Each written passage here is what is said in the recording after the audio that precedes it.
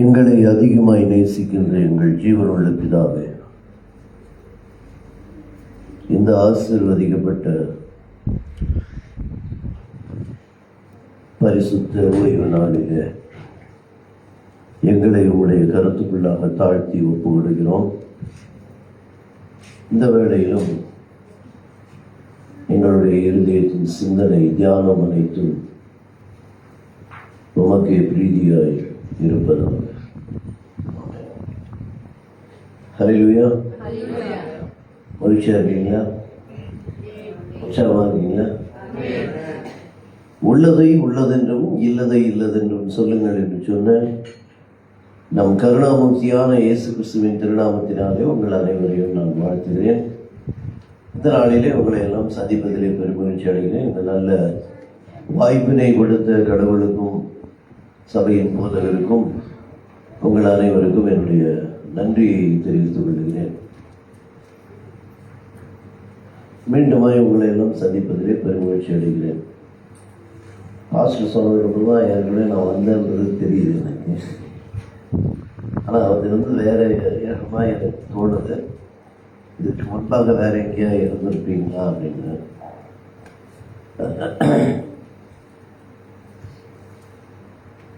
எத்தனை பேர் ஞாபகம் இருக்கு நான் வந்தது? ஒருத்தருக்குமே ஞாபகம் இல்லையா? பாஸ்டருக்கு மட்டும்தான் ஞாபகம் இருக்கு.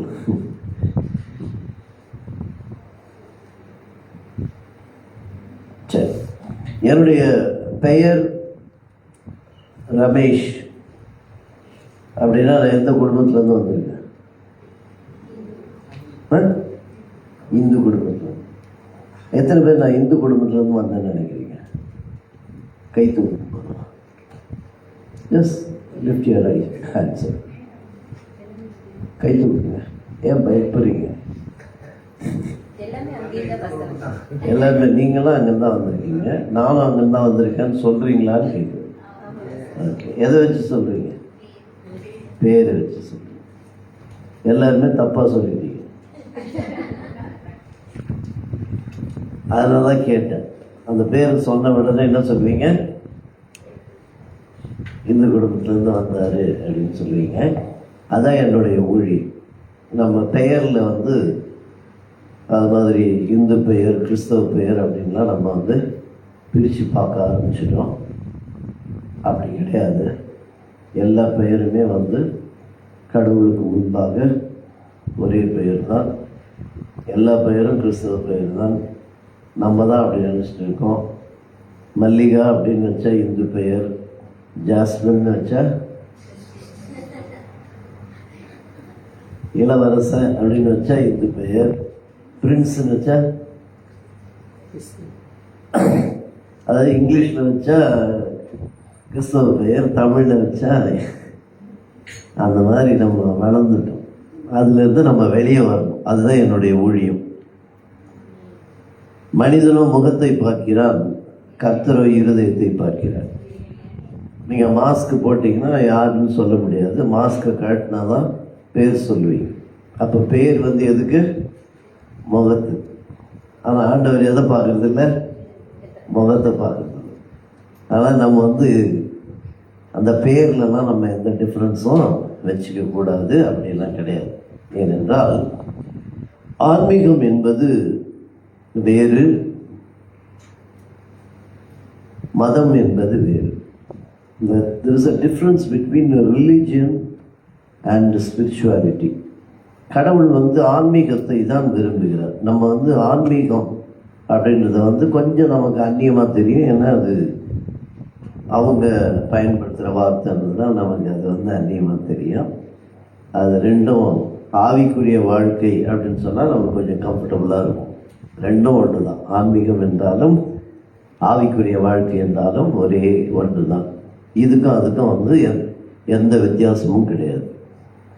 ஏனென்றால் ஆவிக்குரிய வாழ்க்கை அப்படின்னாலே கடவுளோடு நாம் வைத்திருக்கிற உறவு, த ரிலேஷன்ஷிப் வித் காட். மதங்களுக்கு பல பெயர்கள் இருக்கும், ஆனால் ஆவிக்குரிய வாழ்க்கை என்பது ஒன்று. தண்ணீர் என்றாலும் தண்ணீர், வாட்டர் என்றாலும் தண்ணீர், பானி என்றாலும் தண்ணீர், வெள்ளம் என்றாலும் தண்ணீர், ஜலம் என்றாலும் தண்ணீர், நீலு என்றாலும் தண்ணீர், நீரு என்றாலும் தண்ணீர், கங்கை என்றாலும் தண்ணீர், ட்ரைனேஜ் என்றாலும் தண்ணீர்.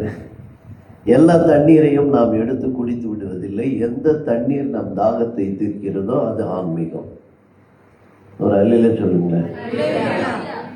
எந்த தண்ணீர் நம் தாகத்தை தீர்க்கிறதோ அது ஆன்மீகம். ஏனென்றால் ஜீவ தண்ணீர் நானே என்று சொன்ன ஒரு கடவுள் நம்முடைய கடவுள். ஆகையால் ஆன்மீகம் என்பது நமக்குத்தான் சொந்தம்.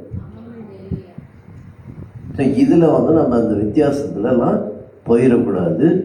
ஏனென்றால் எல்லா பெயரும் இரண்டு விதமாக சொல்லப்படும். Arbitrary name and logical name. இந்த லாஜிக்கல் நேமுக்கும் ஆர்பிட்ரரி நேமுக்கும் என்ன வித்தியாசம்? காரண பெயர், இடுகுறி பெயர் என்று இரண்டு விதமாக சொல்வார்கள்.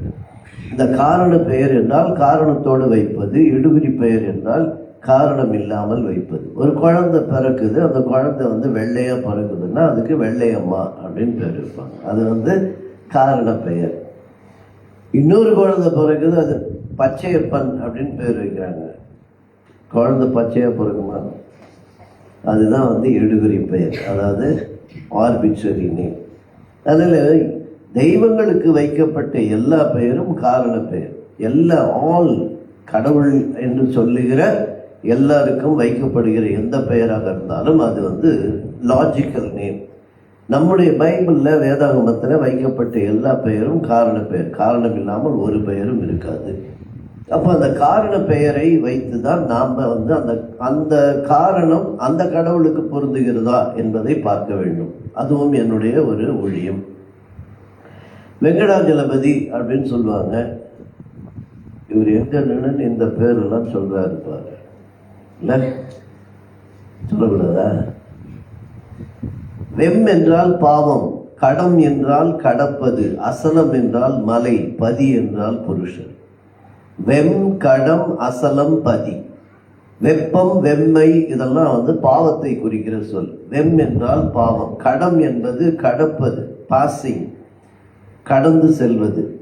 அச்சலம் என்றால் மலை, விருதாச்சலம், ஹிமாச்சலம், அசலம்னு முடிகிற எல்லா பெயரும் மலையை குறிக்கும். பதி என்றால் புருஷர். அப்போ வெம், கடம், அசலம், பதி அப்படின்னா என்ன அர்த்தம்?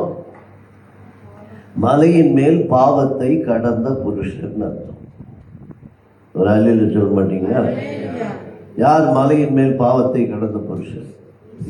இயேசு கிறிஸ்து. அப்ப அந்த பெயர் யாருக்கு பொருந்துகிறது என்றால் என்னுடைய கடவுளுக்கு பொருந்துகிறது. நார் என்றால் தண்ணீர், அயனம் என்றால் படுத்திருப்பது, நாராயணன் அப்படின்னு சொல்றார் பெயர். பார்த்தீங்கன்னா நம்முடைய வேதாகமத்தில் 2வது வசனமே அவர் ஜலத்தின் மேல் அசைவாடி கொண்டிருந்தார் என்று சொல்லப்படுகிறது. நாராயணன் என்ற பெயரும் என்னுடைய கடவுளுக்கு தான் பொருந்துகிறது. முருகு என்றால் அழகு, முருகன் என்றால் அழகன் என்று அர்த்தம். அவர் சௌந்தரியம் உள்ளவர் என்று என்னுடைய வேதம் சொல்லுகிறது. அந்த பெயரும் அவருக்கு தான் பொருந்துகிறது. ஆனால் நான் எழுந்திருக்கும் போதும் உட்காரும் போதும் முருகான்னு சொல்லிட்டான்னு கேட்கக்கூடாது. வானத்தின் கீழே மனிதருக்குள்ளே அவருடைய நாமமே அல்லாமல் வேறொரு நாமம் கட்டளையிடப்படவில்லை. இது நமக்கு அப்போஸ்தலர் 4:12 மிக தெளிவாக அழகாக சொல்லப்படுகிறது. ஆகையால நமக்கு ஒரே ஒரு நாமம் தான் இருக்கிறது. ஆனால் இந்த நாமங்களையும் தெரிந்து கொண்டால் தான் நாம் மற்றவர்களுக்கு நற்செய்தியை அறிவிப்பதற்கு அது பயனுள்ளதாக இருக்கும். அல்லேலூயா. நற்செய்தி என்றால் என்ன அர்த்தம்?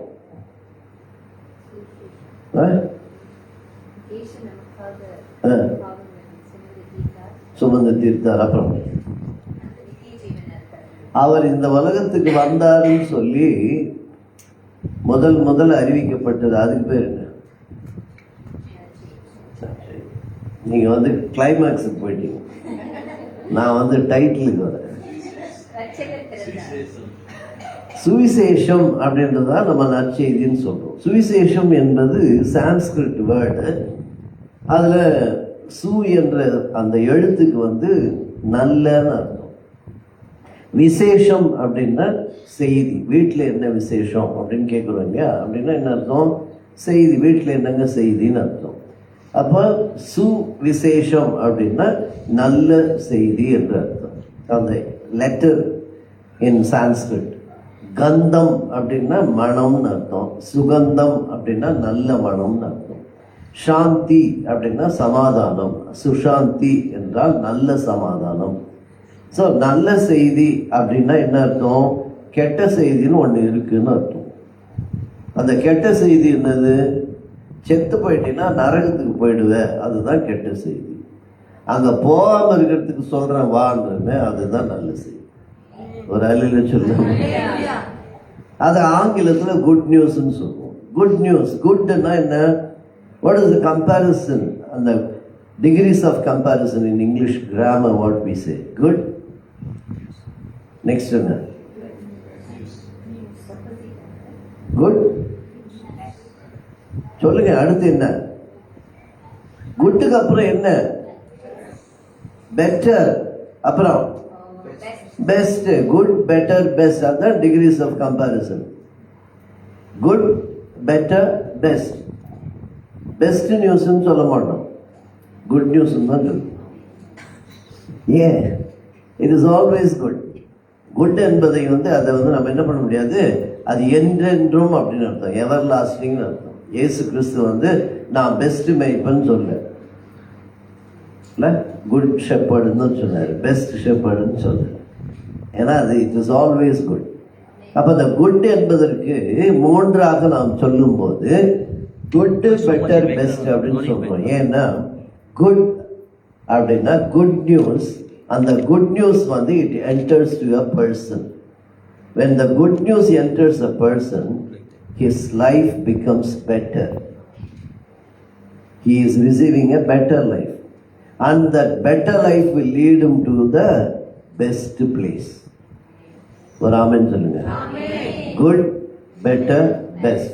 Good news reaches a person and makes the life a better life, and that better life leads to the best place.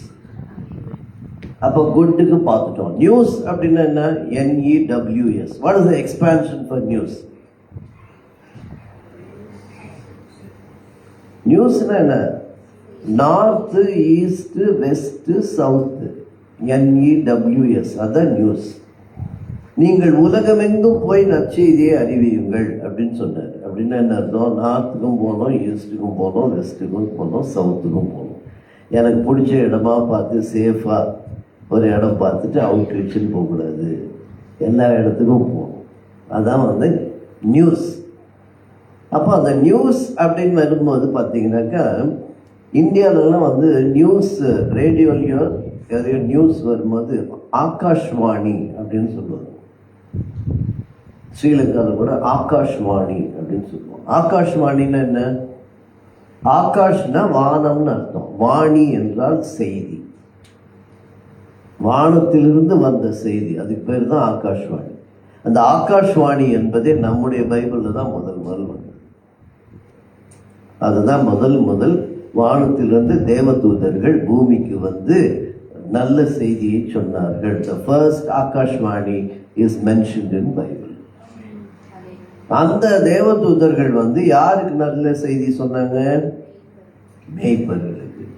இயேசு கிறிஸ்து பிறந்திருக்கிறார் என்று யாருக்கு சொன்னாங்க? மேய்ப்பர்களுக்கு. இயேசு கிறிஸ்து பிறந்து தெரியுமா?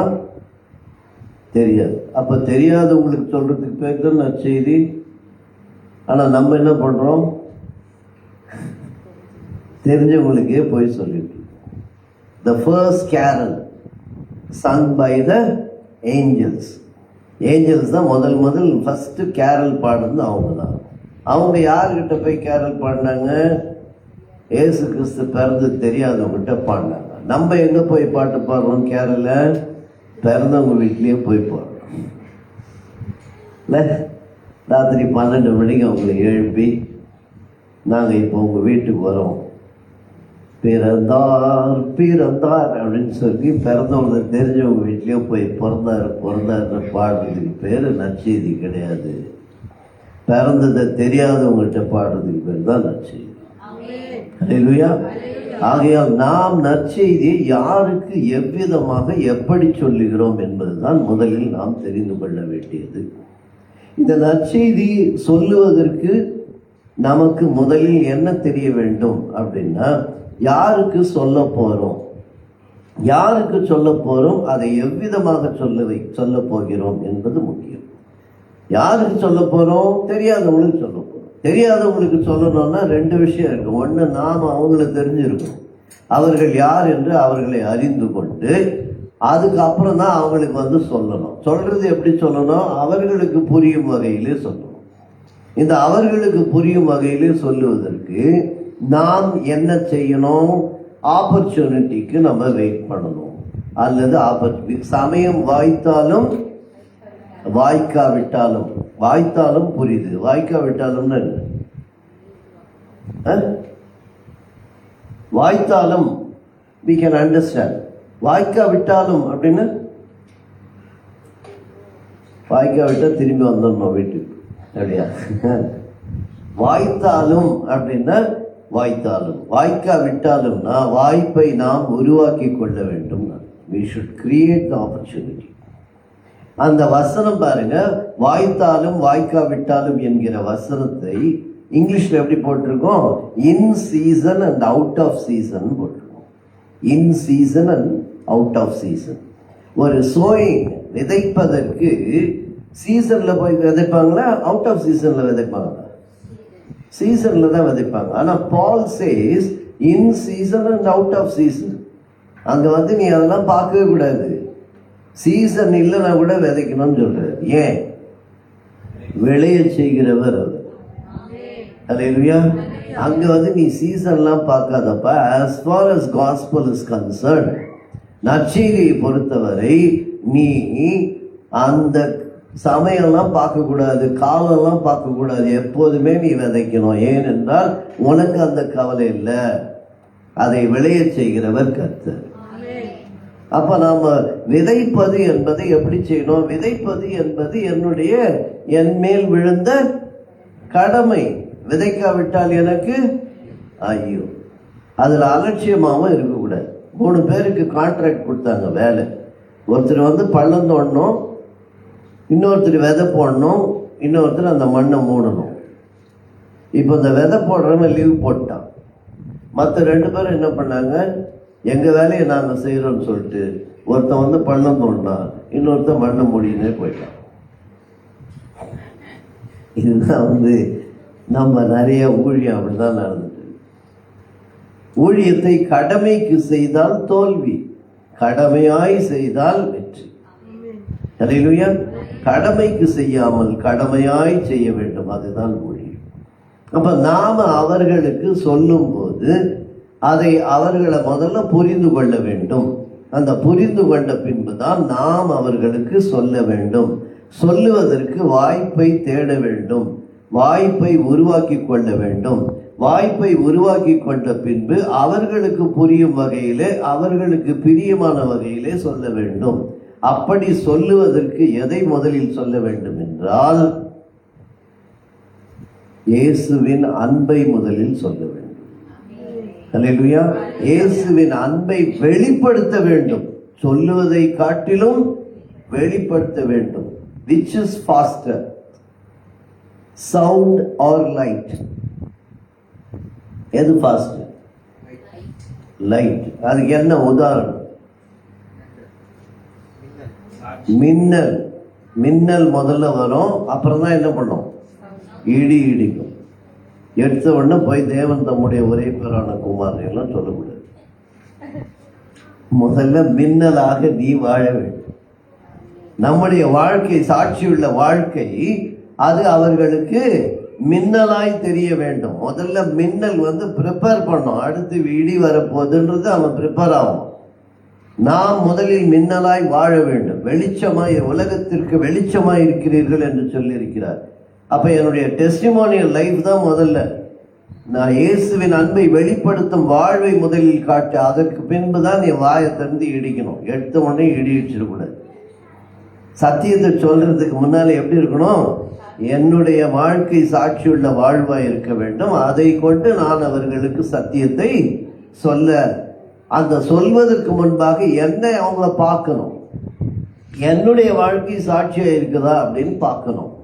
அதனால இந்த 4 விஷயத்துல முதலில் அண்டர்ஸ்டாண்டிங், 2வது ஆப்பர்ச்சுனிட்டி, 3வது கான்வர்சேஷன், 4வது பிரசன்டிங் கிரைஸ்ட் லவ். இதுதான் நம்ம எப்படி அவர்களுக்கு நற்செய்தியை அறிவிப்பது. அந்த நற்செய்தியை அறிவிப்பதுல முதல்ல அண்டர்ஸ்டாண்டிங். ஒருவர் இயேசு கிறிஸ்து கிட்ட என்ன கேட்டாரு? எனக்கு பிறன் யார் என்று கேட்டார். எனக்கு பிறன் யார் என்றது இயேசு கிறிஸ்து பதில் சொன்னாரா? சொன்னாரா இல்லையா? சொல்லியா? இப்படி கேட்டா இல்ல சொன்னார்ல. ஆமா ஆமா சொன்னார். சொன்னாரா இல்லையா? என்ன சொன்னாரு?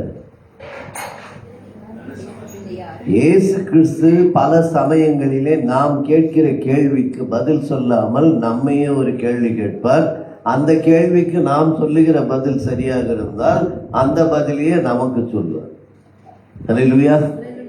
அங்க அப்படிதான் எனக்கு பிறன் யார் என்று கேட்டபோது பதில் சொல்லல, ஒரு சின்ன ஷார்ட் ஸ்டோரி சொன்னார். த ஃபர்ஸ்ட் ஷார்ட் ஃபில்ம் மேக்கரே அவர் தான். முதல் மீடியாவை யூஸ் பண்ணவரே அவர் தான். ஒரு சின்ன கதையை சொல்லி விளக்குவதை கண்டுபிடிச்சவரே அவர் தான். அவர் தான் முதல் மீடியா பர்சன். கம்யூனிகேஷன் முதல் எப்படி கம்யூனிகேட் பண்ணோன்றதையே அழகா ஒரு சின்ன கதையை சொல்லி, அப்போ அவங்ககிட்ட என்ன சொல்றாரு? 3 பேர் வந்தாங்க. அந்த முதல்ல 2 பாஸ்டருங்க வந்தாங்க. அவங்க பார்த்துட்டு என்ன பண்ணாங்க? கண்டுக்காம போயிட்டாங்க. அடிபட்டு படுத்துட்டு இருக்கான். ஒருத்தர் பார்த்தாரு, இல்லை அவசரமா எனக்கு வர்ஷிப் இருக்குன்னு போயிட்டாரு.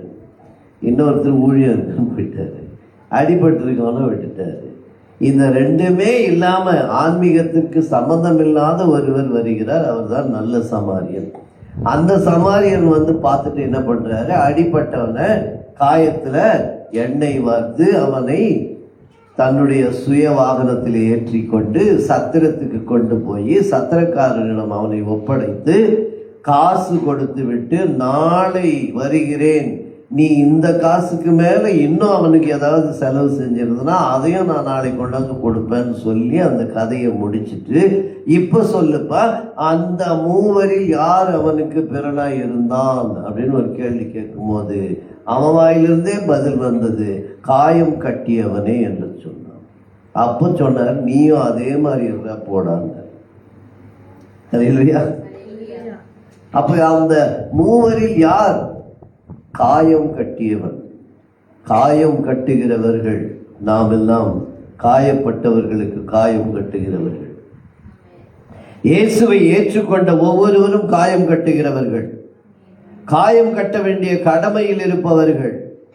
நமக்கு நாம் இயேசுவின் அன்பை வெளிப்படுத்த வேண்டும் என்றால் முதலில் நீ காயம் கட்ட வேண்டும். நம்மை சுற்றி வாழ்கிற மக்கள், நான் வசிக்கிற தெரு, நான் வாழுகிற ஊர், நான் பணி செய்கிற தளம், நான் படிக்கின்ற பள்ளி, எங்கிருந்தாலும் அங்கே காயப்பட்டவர்கள் இருக்கிறார்கள். அவர்களுக்கு நான் காயம் கட்ட வேண்டும். அந்த காயம் கட்டுகிறவனை தான் ஆண்டவர் சொல்றாரு, நீ இனிமே இப்படி கேட்காதப்பா, எனக்கு பிறன் யார் என்று கேட்காதே, நீ யாருக்கு பிறனா இருக்கிறாய் என்பதை அறிந்து கொள். அல்லேலூயா. என் வீட்டு பக்கத்துல யார் இருக்காங்கன்னு கேட்காத, நீ யார் வீட்டு பக்கத்துல இருக்குன்றதுதான் எனக்கு முக்கியம். ஒரு அல்ல சொல்லலாமா? ஆளே இல்லையா அப்படின்ற மாதிரி கேக்குது என் காது. அல்லேலூயா. அல்லேலூயா சொல்லணும்னா ஆளே இல்லையா. ஜீசஸ் எவ்வளவு அழகா சொல்றாரு பாருங்க. நீ யாருக்கு, எனக்கு பிறன் யார் என்று கேட்காதே. Don't ask who is my neighbor. Am I a neighbor to my neighbor? அதுதான் முக்கியம். நான் பிறனுக்கு பிறனாய் இருக்கிறேனா என்பதுதான் முக்கியம். ஒரு திமிர்வாதக்காரனை எத்தனை பேர் கூட்டிட்டு வந்தாங்க? 4 பேர் கூட்டிட்டு வந்தாங்க. அந்த 4 பேரும் திமிர்வாதக்காரனை அழைத்து கொண்டு எப்படி கொண்டாந்து சேர்த்தாங்க? கூரையை பிரிச்சு அது எதன் வழியாக எப்படி எடுத்து வந்தார்கள்?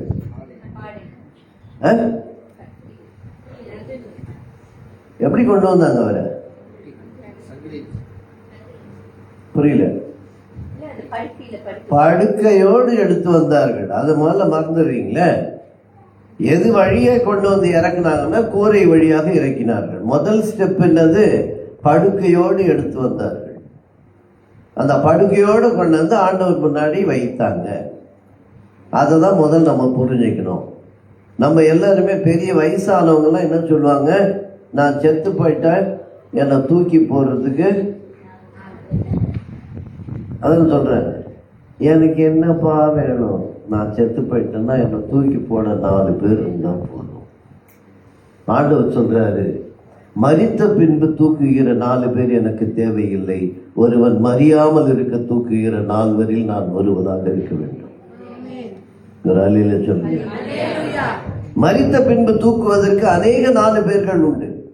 எவ்வளவு பேர் இருக்காங்க? யார் வேணாலும் நான் செத்து போயிட்டா தூக்குறதுக்கு 4 பேர் வருவான். ஆனா ஆண்டவர் அதை கேட்கல.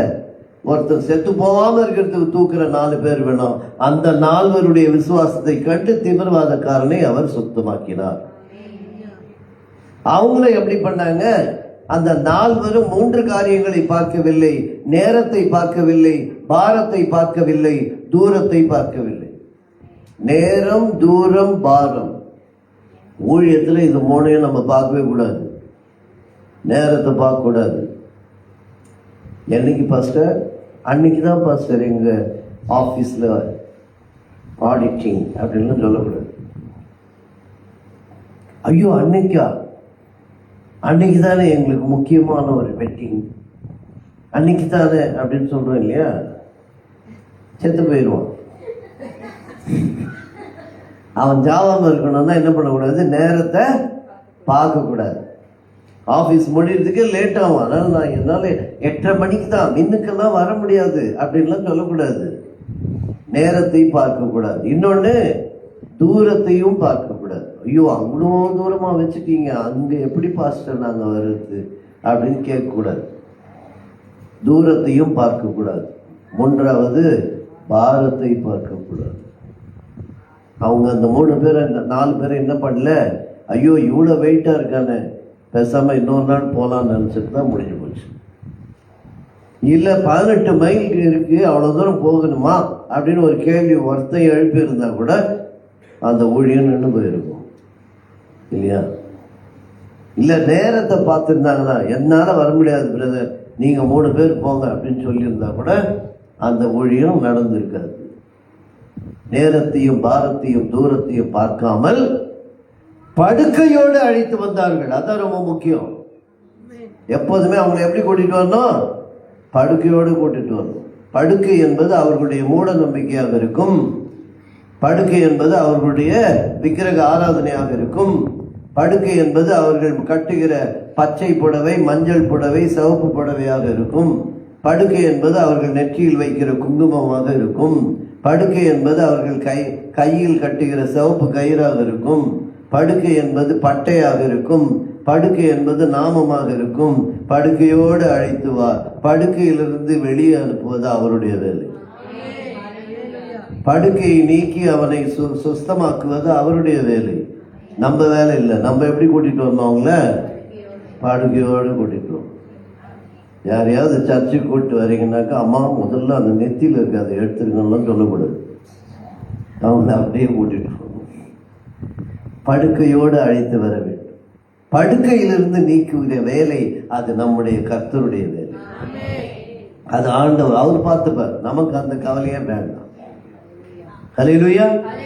ஆனால் அந்த படுக்கையோடு அழைத்து வருவதற்கு முன்பாக அவன் யார் என்பதை நாம் புரிந்து கொள்ள வேண்டும். அவர்களுடைய தொழுகை என்ன, அவருடைய கோயில் என்ன, அவர்களுடைய நம்பிக்கை என்ன, அவருடைய புனிதல் என்ன, அவருடைய பண்டிகை என்ன, இதெல்லாம் நம்ம தெரிஞ்சுக்கிட்டு அதுக்கப்புறம் தான் அவங்ககிட்ட என்ன பண்ணணும்?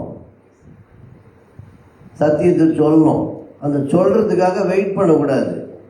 இப்போ தானே வந்திருக்காங்க பக்கத்து வீட்டில், கொஞ்சம் போட்டோம் அப்படின்னு சொல்லக்கூடாது. போயிடும் அது மொத்தமாக.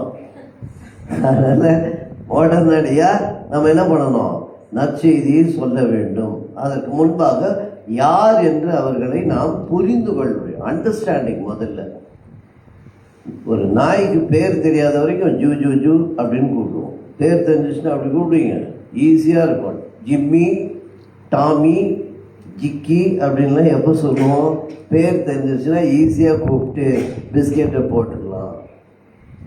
அதுக்கு தான் இதெல்லாம் கற்றுக் கொடுங்க. பேரை முதல்ல தெரிஞ்சுக்கிங்க. அவர்களை அறிந்து கொள்ளுங்கள்.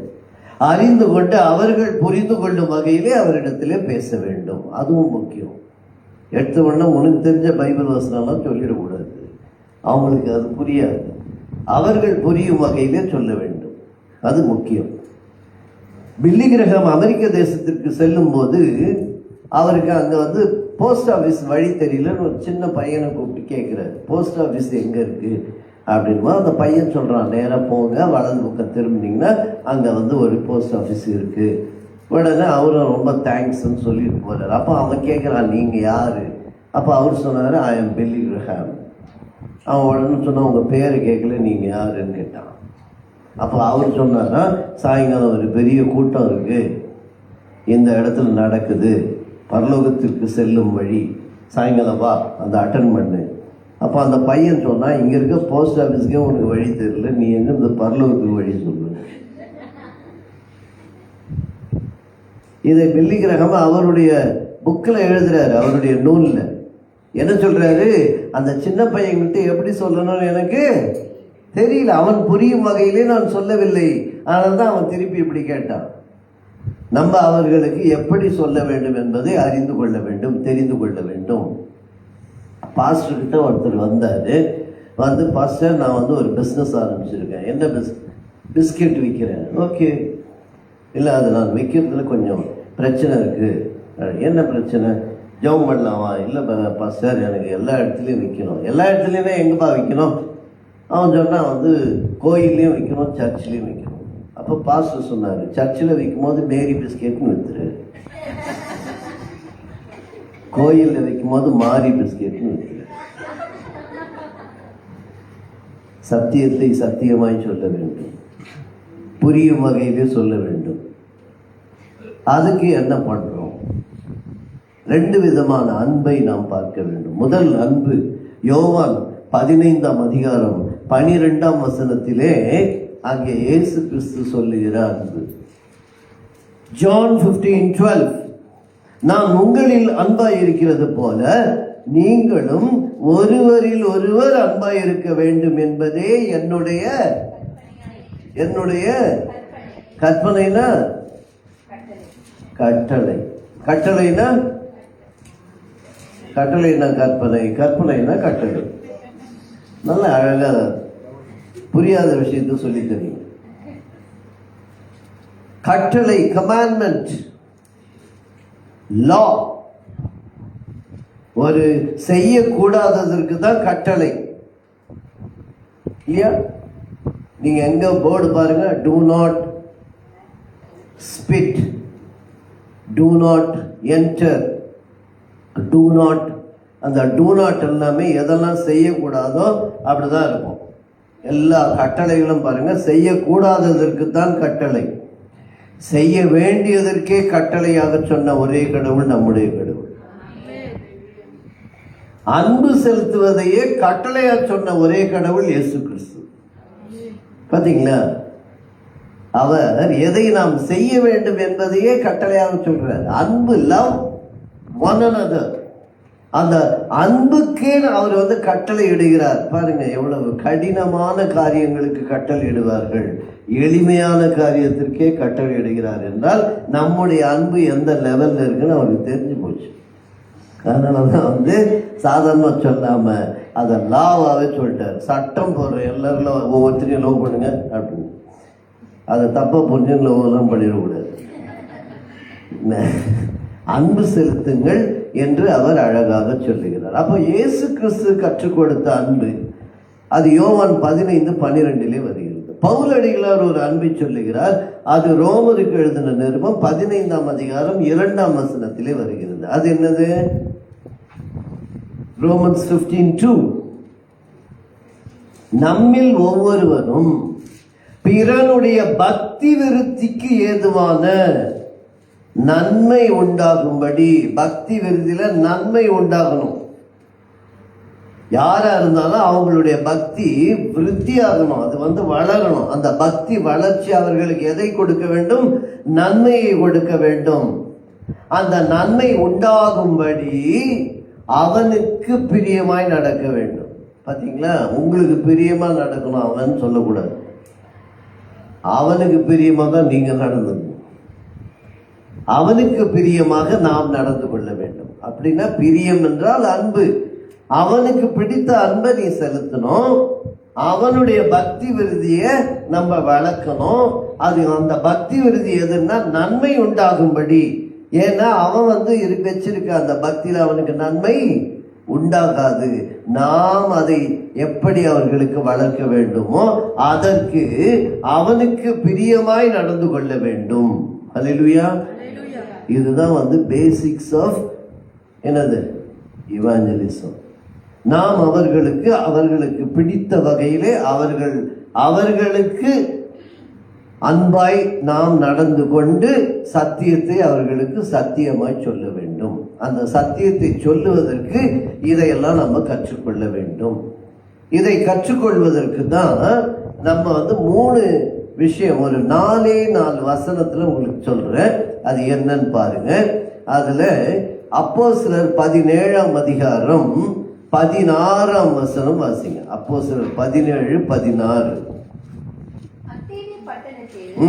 பவுல் அவர்களுக்காக காத்துக் கொண்டிருக்கையில் அந்த பட்டணம் விக்கிரகங்களால் நிறைந்திருக்கிறதைக் கண்டு தன் ஆவியில் மிகுந்த வைராக்கியம் அடைந்து, விக்கிரகங்களால் நிறைந்திருக்கிறதை கண்டு அவருக்கு என்ன வந்தது?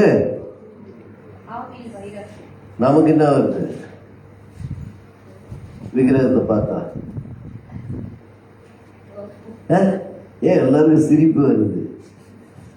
விக்கிரகங்களை பார்த்தா நமக்கு என்ன வருது?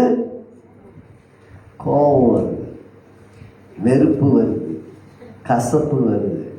பவுலுக்கு அதெல்லாம் வரல. என்ன வந்தது? ஆவியில் வைராக்கியம் வந்தது.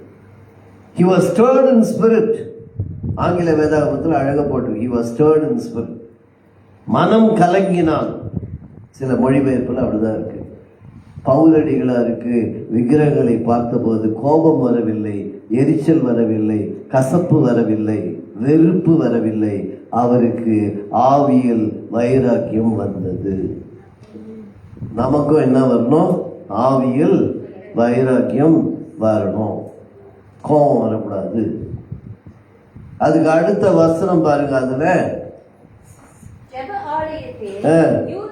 யூதரோடும் பக்தி உள்ளவர்களோடும் சந்தை வெளியில் எதிர்பட்டவர்களோடும் தினந்தோறும் சம்பாஷணை பண்ணினான். 3 விஷயத்தை பார்க்கிறோம். ஒண்ணு, இந்த சினகாக், ரெண்டாவது இந்த மார்க்கெட் பிளேஸ். ஒன்னு சர்ச்சுக்குள்ள, இன்னொன்னு சர்ச்சுக்கு வெளியே. சர்ச்சுக்குள்ள யாருக்கிட்ட பேசினாரு? யூதரோடும் பக்தி உள்ளவர்களோடும். அங்க 2 பேருமே இருந்தாங்க. கிரீக்ஸும் இருந்தாங்க, ஜூஸும் இருந்தாங்க. கிரீக்ஸ் எல்லாம் பக்தி உள்ளவர்களாக இருந்தார்கள்.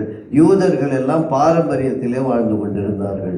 எங்களுக்கு தோரா இருக்குது, அது போதும். மோசையுடைய நியாயப்பிரமாணம் இருக்கு, அது போதும். மேசியான்றவர்கள்லாம் எங்களுக்கு வேண்டான்னு சொன்னவன் தான் யூதர்கள். அந்த யூதர்களோடும் அவர் பேசினார், பக்தி உள்ளவர்களோடும் பேசினார். 2 பேர்கிட்டையும் பேசிட்டு மார்க்கெட் பிளேஸுக்கு போனாரு. எதிரில் வரவங்க கிட்ட எல்லாம் பேசினார். எதிர்பட்டவர்களோடு தினந்தோறும் சம்பாஷணை பண்ணினார். Each and every day he had a conversation with them. Opportunity. முதல்ல அண்டர்ஸ்டாண்டிங். அந்த அண்டர்ஸ்டாண்டிங்ல யார் யாருன்னு தெரிஞ்சுக்கிட்டு, ஜூஸ் யாரு, ஜென்டைல்ஸ் யாரு, அப்புறம் அன்னோன் பீப்புள் யாருன்றத பார்த்துட்டு அவர்கள் எல்லாரிடமும் பேசினார். எல்லாரிடமும் பேசுவது கான்வர்சேஷன். அந்த கான்வர்சேஷன் என்ன பண்ணுச்சு? அடுத்த வசனம் பாருங்க. எபிகூரரும் ஸ்தோயிக்கருமான வாக்குவாதம் பண்ணினார்கள். ஆர்கியூமெண்ட் வரணும். நம்ம பேசணும்னா என்ன வரணும்? நாம் நற்செய்தியை சொன்னால் அதற்கு வாக்குவாதம் வரணும். அதுக்கு ஒரு ரியாக்ஷன் இருக்கணும், அது ஒரு விளைவை ஏற்படுத்த வேண்டும். நம்ம பேசுறதுக்கு எந்த விளைவும் இல்லைன்னா நான் பேசுறது உப்பு சப்பு இல்லாம பேசியிருக்கேன்னு அர்த்தம். ஒரு கிளர்ச்சி கூட உண்டாக்காமல், அவங்க மனம் அசைக்கப்படாமல், எந்த உந்துதலையும் கொடுக்காமல், எந்த உணர்ச்சியும் அங்க அவங்க பக்கமே வரல, கேட்டுட்டு அப்படியே சாதாரணமா போயிட்டான்னா நான் பேசியது எந்த விளைவையும் ஏற்படுத்தவில்லை, எந்த தாக்கத்தையும் ஏற்படுத்தவில்லை என்று பொருள். பவுல் பேசின உடனே அதுக்கு ஒரு ரியாக்ஷன் வந்தது. அந்த ரியாக்ஷன் தான் என்னது? ஆர்கியூமெண்ட். வாக்குவாதம் பண்ணினார்கள். வாக்குவாதம் பண்ணும் அளவிலே நாம் நற்செய்தியை மற்றவர்களுக்கு சொல்லுகிறோமா? எந்த விளைவும் வரலனாக்க நான் சொல்ல தெரியலன்னு அர்த்தம், நான் சரியா சொல்லலன்னு அர்த்தம். அப்ப அந்த சொன்னதனுடைய முதல் விளைவு வாக்குவாதம். அடுத்த விளைவு பாருங்க, அடுத்து என்னது? அந்த வசனம், அடுத்த வசனம் அதுலயே படிங்க. இவன், அதுதான் அடுத்த விளைவு. நமக்கு பட்டம் கொடுக்கணும். என்ன பட்டம்? ஒவ்வொரு கிறிஸ்தவனும் பெற வேண்டிய the best award for any இவாஞ்சலிஸ்ட். இயேசு கிறிஸ்துவை சொந்த ரட்சகராக ஏற்றுக்கொண்ட ஒவ்வொருவருக்கும் கொடுக்கப்பட வேண்டிய பட்டம் வாயாடி பட்டம். எனக்கு ரொம்ப பிடிச்ச பட்டம். எனக்கு இந்தியாவில் வந்து சொல்லுவாங்க பாஸ்டர்ஸ் ஃபெலோஷிப்லாம், ஐயா அடுத்த மாதம் வாங்க, உங்களுக்கு நாங்கள் ஒரு விருது கொடுக்க போகிறோம். நான் அவர்கிட்ட கேட்பேன், வாயாடி பட்டம் கொடுப்பீங்களா? பாதி பேருக்கு தெரியவே இல்லை, என்னது யாது? இல்லை பவுலுக்கே கொடுத்தாங்க, அதை எனக்கு கொடுத்தா ரொம்ப சந்தோஷமா இருக்கும். நம்ம ரெஃபரன்ஸ் அப்படின்னு சொல்லுவோம். அந்த அவார்டு அவரே வாங்கினாரு, இப்போ நான் வாங்குறேன். ஒரு அழில சொல்லலாமா? பவுலடிகளாருக்கே அந்த பட்டம் பெற்றார் என்றால் அந்த பட்டத்தை நாமும் பெற்றுக்கொள்ள வேண்டும். வாயாடி பட்டம். இந்த சமுதாயம் நம்மளுக்கு என்ன கொடுக்கணும்? வாயாடி பட்டம் சொல்லணும். எப்ப பாரு இவன் அதே பத்தி தான் பேசுவான், ஈசத்தை பத்தியே பேசுவான். எப்ப பாரு நற்செய்தி நற்செய்தின்னு சொல்லுவான், எப்ப பாரு பரலோகம்னு சொல்லுவான், எப்ப பாரு மன்னிப்பு பாவ மன்னிப்புன்னு சொல்லுவான், எப்ப பாரு மனம் திரும்புன்னு சொல்லுவான். வாயாடி என்ற பட்டத்தை நாம் பெற வேண்டும். அப்படியும் அவர்கள் அடுத்த காரியம் என்ன? இன்னொரு அக்யூசேஷன் என்ன? இவன் அந்நிய தேவதைகளை அறிவிக்கிறவனாக காண்கிறது. என்னது? Foreign god. நமக்கும் அதே தான் சொல்றாங்க. என்ன சொல்றாங்க இவங்கெல்லாம்? நம்மளெல்லாம் என்ன சொல்றாங்க? என்ன கடவுள? வெள்ளைக்கார கடவுள்னா யார் தெரியுமா? யூரோப்பியன் காட்னா. ஏசு கிறிஸ்து எங்கேயாவது கோட் சூட் போட்ட மாதிரி போட்டோ பார்த்துருக்கீங்க? இல்லை கேட்குறேன். ஏசு கிறிஸ்துக்கு ஒரு போட்டோ இருக்குது, அது எல்லா இடத்துலையும் உலகம் பூரா வச்சுருக்காங்க. எந்த இடத்துலையும் அவர் கோட் சூட் போட்ட மாதிரி ஏதோ ஃபோட்டோ பார்த்துருக்கீங்களா? டை கட்டின மாதிரி. அப்புறம் எப்படி அவருக்கு வெள்ளைக்கார கடவுள்ன்ற பேர் வந்தது? அவர் ஆங்கிலம் பேசியதில்லை. அவர் பிறந்தது வந்து பாலஸ்தீனம், ஆசிய கண்டம். 12 சீஷர்களும் ஆசியர்கள். அவர் வந்து பெரிய லாங் ஹேர் வச்சிருந்தாரு. அவர் வந்து அங்கி போட்டுட்டு இருந்தாரு. ஆனா அவரை பார்த்து வெள்ளைக்கார கடவுள்னு சொல்லிட்டான். இப்போ அவரே கேட்க மாட்டாரு, பழி ஒரு இடம் பாவம் ஒரு இடம். நான் பாட்டு தேவன் இப்படி இருக்கேன், என்னை பார்த்து ஏன் அப்படி சொல்றாங்க? ஏன்னா நம்ம அதை மாதிரி இருக்கிறத பார்த்து நம்மால அவருக்கு அந்த கெட்ட பேர் வந்துச்சு. நாம என்ன பண்றோம்? நாம் அப்படித்தான் இருக்கிறோம். நமக்கு வந்து எது இல்லை, நமக்கு நடை உடை பாவனை எல்லாமே அப்படி மாறிவிட்டது. நம்ம வந்து என்ன பண்றோம்? இங்கிலீஷே தெரியாதவனு கூட 3 வார்த்தையை கற்றுக் கொடுத்துட்டோம். Praise the Lord. அதுக்கு மேல அவனுக்கு வேற எதுவும் பேச தெரியாது. ஆனா அந்த 3 வார்த்தையை கரெக்டா சொல்லுவான். Praise the Lord. யார் சொல்லி கொடுத்தது? ஏன் நம்ம அப்படி சொல்றோம்? நமஸ்காரம் நமஸ்தேன்னு சொல்றோம். பாஸ்டர் பார்த்து யாராவது நமஸ்காரம் பாஸ்டர் அப்படின்னு சொல்றீங்க? ஏன்? சர்வலோகாதிபா பாட்டு கேட்டிருக்கீங்களா? சர்வலோகாதிபா அவரை பார்த்து நமஸ்காரம் சொல்லலாம், இவரை பார்த்து சொல்லக்கூடாதா? எவ்வளோ பின்தங்கி இருக்கும் பார்த்தீங்களா? ஏன்னா நாம் அந்த மாதிரி வளர்ந்துட்டோம், அதனால நமக்கு அந்த பேர். நம்மையும் பார்த்து அந்நிய தேவர்களை வணங்குகிறாங்க அப்படின்னு ஏன் சொல்றாங்கன்னா, நாம அப்படி இருக்கிறத பார்த்து அவர் அதை மாதிரி சொல்ல ஆரம்பிச்சிட்டாங்க. அப்ப அடுத்த வசனம் என்ன சொல்லுகிறது? அவருக்கு ஏன் அந்த பேர் வந்ததுன்னா, அவர் இயேசுவையும் அவருடைய உயிர்த்தெழுதலையும் சொன்னதுனால அப்படி சொன்னாங்க. ஏன்னா அவங்களுக்கு அது புதுசு, உயிர்த்தெழுதல் என்பது புதிது, இயேசு அவருடைய மரணம் அதெல்லாமே அவர்களுக்கு புதிது. அதனால சொன்னாங்க, இவன் வேற ஏதோ ஒன்று புதுசா சொல்றான் அப்படின்னு சொன்னாங்க. ஆனா நமக்கும் அதே தானே சொல்றாங்க. அதுக்கு அடுத்த வசனம் என்ன சொல்லுது?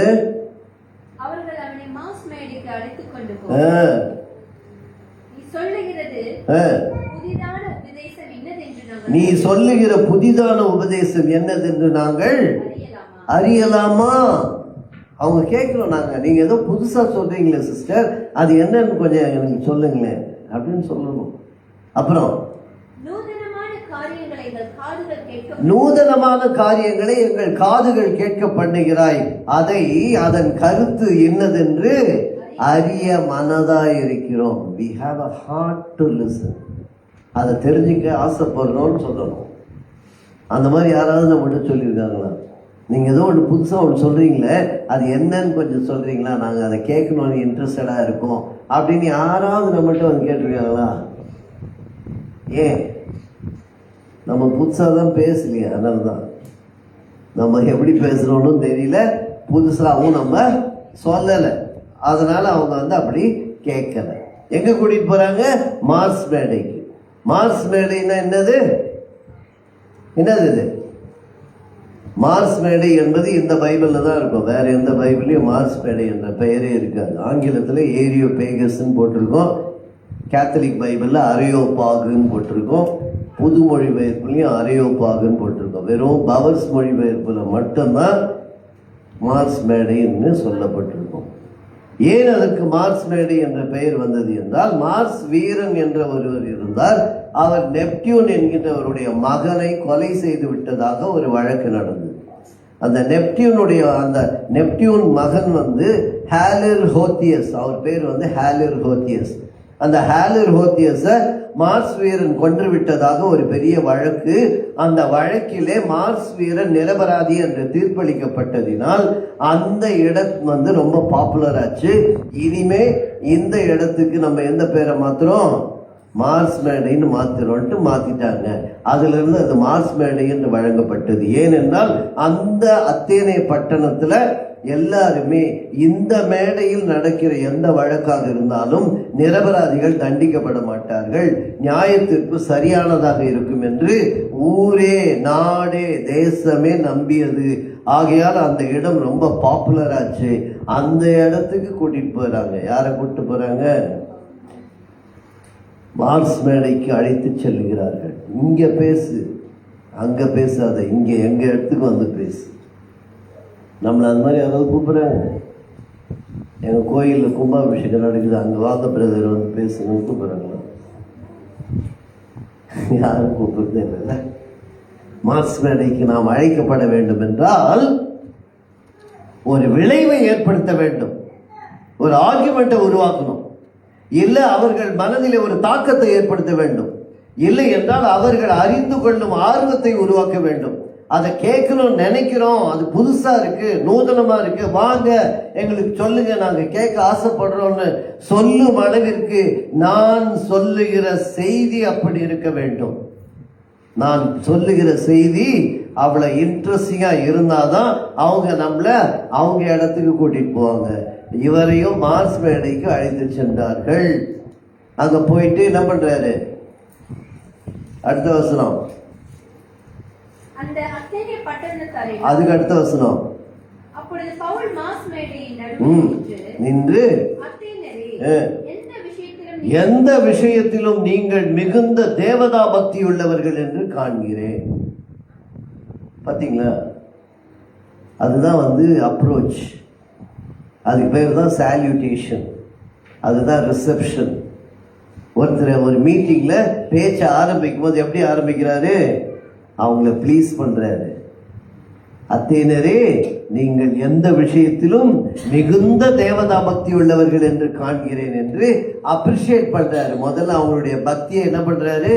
அவர் பாராட்டுகிறார். நம்ம என்னைக்காவது அப்படி பாராட்டுறோமா? அவங்கள அந்த முன்னால மாஸ் மேடைக்கு முன்னால நிக்கிற ஒவ்வொருத்தர் மேலேயும் 1 கிலோ ஐஸ் வைக்கிறாரு. நின்று இருந்தவெல்லாம் சேர் போட்டு உட்காந்துட்டான். இவர் நம்மளை பத்தி நல்லா சொல்றாரு இல்ல? the word of appreciation, how to please them first. அவங்கள பிரியமாய், அவர்களுக்கு பிரியமாய், பவுல் சொன்னாரு அதுதான், அவர்களுக்கு பிரியமாய். அவங்க கிட்டே சொல்றாரு, நீங்கெல்லாம் ரொம்ப தேவபக்தி உள்ளவங்கப்பா அப்படின்னு சொல்லும் போது அவன் அதுக்கு மேல என்ன சொல்வான்றதை கேட்கறதுக்கு விரும்புவான்.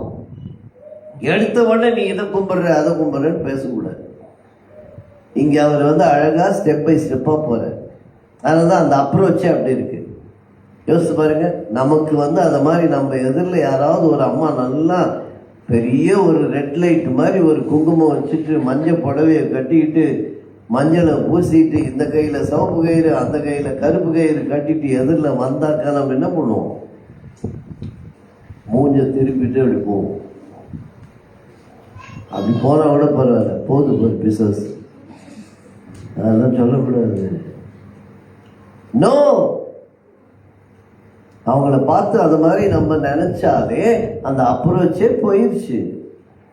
அதனாலதான் அவங்க நம்மளை விட்டு விலகிறாங்க, நாம அவர்களை விட்டு விலகுகிறோம். அப்படி விலகி செல்வதனால்தான் சத்தியத்தை நம்மால் அவர்களிடத்திலே சொல்ல முடியவில்லை. என்னைக்காவது ஒரு நாள் அவங்கள பார்த்து அப்படி பேசியிருக்குமா? எங்கம்மா போயிட்டு வர்றீங்க? கோயிலுக்காமா போயிட்டு வர்றீங்க? உங்களை பார்த்தா பக்தி பரவசமா இருக்குமான்னு சொல்லி பாருங்க. அவங்க அடுத்த நாளே உங்க வீட்டுக்கு தேர் தண்ணி சாப்பிட்டு இயேசு கிறிஸ்து யாருன்னு தெரிஞ்சுட்டு போவோம். How is my approach to others? Am I respecting their faith? அதை நம்ம சொல்றோமா, செய்யறோமா? என்னைக்காவது உண்மையாவே அவங்க தான் பக்தி உள்ளவர்கள். நடு ரோட்ல தலையை குட்டிக்கிறான், வைக்கமே பண்ணல, தோப்புக்காரனும் போடுறான், உருண்டு உருண்டு போறான். அவன் பக்தியா நம்ம பக்தியா? ரெஸ்டாரண்ட்ல சாப்பிடும் போது ஜபம் பண்றது கூட நம்ம வைக்க போறோம். சுத்தி கித்தி பார்க்குறோம், யாராவது பார்ப்பாங்களா? இல்லை. வீட்டில் சாப்பிடும்போது நல்லா ஜபம் பண்ணிட்டு சாப்பிடுவோம். ஆனால் ஹோட்டலுக்கு போயிட்டோம்னா சைலண்டாக நக்கிட்டு வந்துடுவோம். அதுவா பக்தி?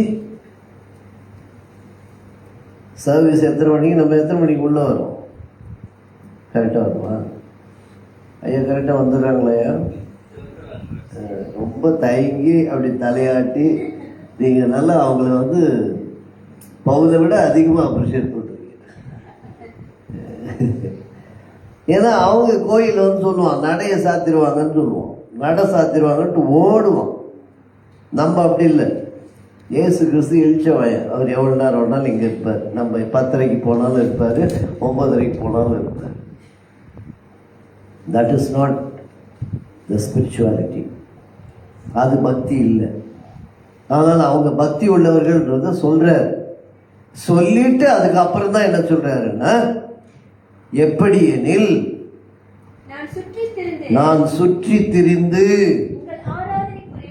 உங்கள் கோயில்ல நடக்கிற ஆராதனைக்குரியவைகளை கான்சென்ட்ரேட் பண்ணி பார்த்துட்டு அங்க ஒரு பலிபீடத்தை பார்த்தா அது மேல அறியப்படாத அப்படின்னு அன்னோன் கார்டன் எழுதியிருந்தது. அவரையே உங்களுக்கு அறிவிக்க வந்தேன். என்ன மாதிரி ட்ரம்ப் கார்டு பிடிச்சார் பார்த்தீங்களா? அதான் நம்ம லூப் ஹோல் பார்த்துட்டே இருக்கோம். எங்க அடிக்கிறான், எங்க விழுறானா அங்க அடிச்சிடணும். பவுல் என்ன பண்ணாரு? அங்க தெளிவா சொல்றாரு பாருங்களேன், நான் சுற்றி திரிந்து. சும்மா அந்த பக்கம் போகும்போது அங்க ஒரு கிரேக்க கோயில் இருக்குன்னு உள்ள நுழையில, இதுக்காகவே போனேன். நான் சுற்றி திரிந்து உள்ள போனதுன்னா சும்மா இல்லை, நீங்க வர்ஷிப் பண்றத நான் கவனித்து பார்த்தேன். நம்ம என்னைக்காவது கோயில் உள்ள போயிருக்கோம்? எத்தனை பேர் இந்து கோயில் உள்ள போயிருக்கீங்க? ஏன் சைலண்டா இருக்கீங்க? இதுக்கு முன்னால இந்துவா இருக்கும்போது போனேன்னு சொல்லக்கூடாது. இப்ப போறீங்களா? இப்பவும் நம்ம போனோம். வர்ஷிப் பண்றது இல்லை, அவர்கள் ஆராதனைக்குரியவைகளை கவனித்து பார்த்து அவர்களிடத்திலே பேசுவதற்காக போனோம். இந்த மாதிரி எல்லாம் அப்படியே கேட்ட உடனே அங்கேயா?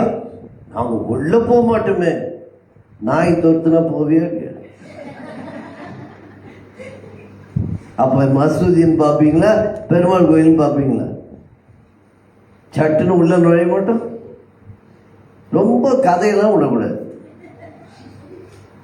அந்த விக்கிரகங்களின் பெயரை நான் உச்சரிக்க மாட்டேன் அப்படின்லாம் சொல்லக்கூடாது. சொல்லாம இருந்துருவீங்களா? என்னங்க வரும்போது எனக்கு இட்லியும் வடையும் வாங்கிக்குவாங்க. அப்போ அவர் கேட்பார், எங்கம்மா வாங்கணும்? அந்த பேர் கூட நான் சொல்ல மாட்டேனே, அந்த ஹோட்டல்ல இருந்து வாங்கினோன்னு சொல்லுவீங்க. முருகன் இட்லி கடையிலேருந்து வாங்கினோம், அங்கே தான் 5 சட்னி கொடுப்பான் சொல்லுவீங்களா இல்லையா? அப்பெல்லாம் அந்த பேரை கரெக்டாக சொல்லுவோம்.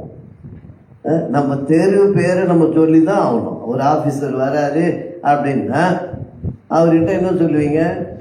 பிள்ளையார் கோயில் தெருன்னா சொல்லி தான் ஆகணும். நான் அந்த பெயரை உச்சரிக்க மாட்டேன் ஆஃபீஸர், நீங்களே போய் பார்த்துக்காதீங்கன்னா இல்லை. அதான் சும்மா எவ்வளோ கிறிஸ்டியன் டீச்சர்ஸ் இருப்பீங்க, அட்டண்டன்ஸ் எடுப்பீங்க. காலையில் பழனின்னா கூப்பிட்டு தான் ஆகணும். உன் பெயரை நான் சொல்ல மாட்டேன், நீயே எழுந்திருச்சு பிரசன்ட் மிஸ் அப்படின்னு சொல்லிட்டான்னு சொல்லுவீங்க. அதெல்லாம் சொல்லக்கூடாது, அது மாதிரிலாம் கிடையாது. உச்சரிப்பது தவறில்லை, தொழுது கொள்ளக்கூடாது. விக்கிரகங்களின் பெயரை உச்சரிக்காம இருந்துருவீங்களா? சாத்ராக் மேஷாக் ஆபேத்நேகோ, அது என்னது? பாபிலோனிய தேவதைகளுடைய பெயர். பைபிள்லேயும் இன்னும் அதை மாற்றலை, அதே பழைய பேர், பிசாசு பேர் தான் இருக்குது.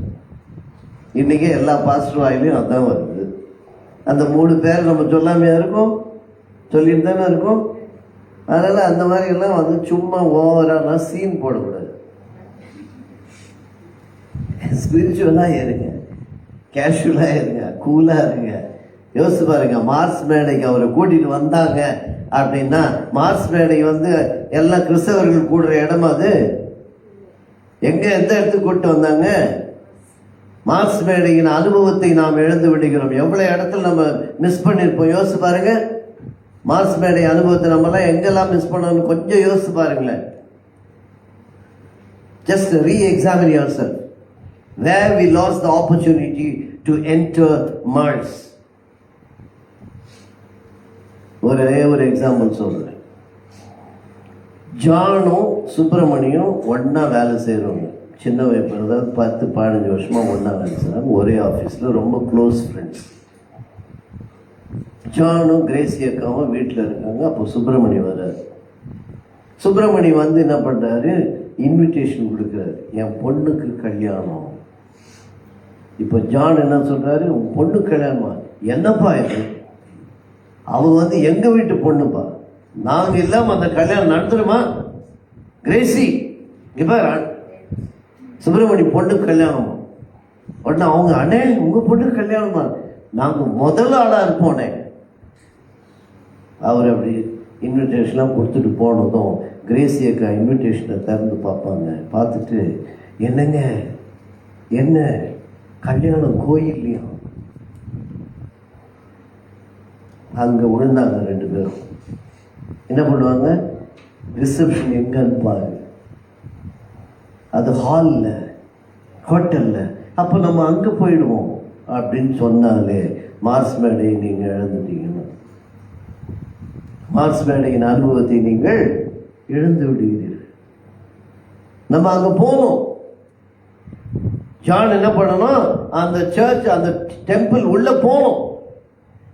முதல் அங்கே உள்ள போனாலே அதுக்கு அடுத்த நாள்ல தான் அவன் எல்லா ஃப்ரெண்ட்ஸுக்கிட்ட என்ன சொல்லுவான் தெரியுமா, ஜானே கோயிலுக்குள்ள வருவாருன்னு நான் நினச்சி கூட பார்க்கல. ஆச்சரியமா சொல்லுவோம். அது மட்டும் அல்ல, அவர் உள்ள போய், சுப்பிரமணி ரொம்ப மகிழ்ச்சியா இருக்குப்பா, ஒரு சின்ன ஜபம் பண்ணிட்டு நான் போட்டுமான்னு கேட்டு பாருங்க. வேணான்னு சொல்லுவான்? நிச்சயமா சொல்லணும். ஏனென்றால் அவர்களுக்கு தெரியும், என்னுடைய சடங்கு சம்பிரதாயங்களை விட ஜான் ஜெபிக்கிற ஜெபத்திற்கு வல்லமை உண்டு என்று அவர்கள் அறிந்திருக்கிறார்கள். அல்லேலூயா. Hallelujah. They all know. நம்ம ஜெபத்துக்கு பவர் இருக்குன்றது அவங்களுக்கு தெரியும். அது மட்டும் அல்ல, அந்த வேலையில அந்த நிலைமையில அவன் மனசு எப்படி இருக்கும்னா, இவங்க பண்ற ஜெபத்திலேயாவது என் பொண்ணு நல்லா வாழ்ந்தா போதும்னு தான் நினைக்கும். ஆனா நம்ம என்ன பண்றோம்? அந்த வாய்ப்பை நாம் இழந்து விடுகிறோம். மாஸ் மேடையின் அனுபவத்தை நாம் இழந்து விடுகிறோம். மொட்டை அடிச்சு காது குத்துறோன்னு யாராவது கூப்பிட்டா போறோம் நம்ம. நோ, அதெல்லாம் ரிச்சுவல்ஸ். அங்கே போகணும். எவ்வளோ பேர் நம்மளை கேட்டுருப்பாங்க, அக்கா நாளைக்கு எங்கள் வீட்டில் கூழ் ஊற்றுறோம் அதெல்லாம் போகணும் இல்லையா? போக மாட்டோம். போங்க, போய் ஜெபம் பண்ணுங்க. பக்தி விருத்திக்கு ஏதுவாக நன்மை உண்டாகும்படி அவர்களுக்கு பிரியமாய் நடந்து கொள்ளுங்கள், சத்தியம் சென்று சேரும். ஹல்லேலூயா. அதுதான் how to reach them. அப்ப அங்க வந்து ஒரு பலிபீடத்தை பார்க்கிறாரு. அந்த பலிபீடத்து மேல அப்படி எழுதியிருக்கு, அது ஒரு வரலாற்று உண்மை. அந்த வரலாற்று உண்மை என்ன அப்படின்னா, அந்த பலிபீடத்தின் மேல் எழுதப்பட்டதற்கு காரணம் என்ன என்றால், அந்த காலத்திலே மிகப்பெரிய கொள்ளை நோயும் பஞ்சமும் வந்தது.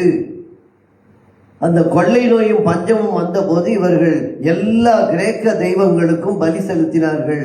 அது போகவே இல்லை.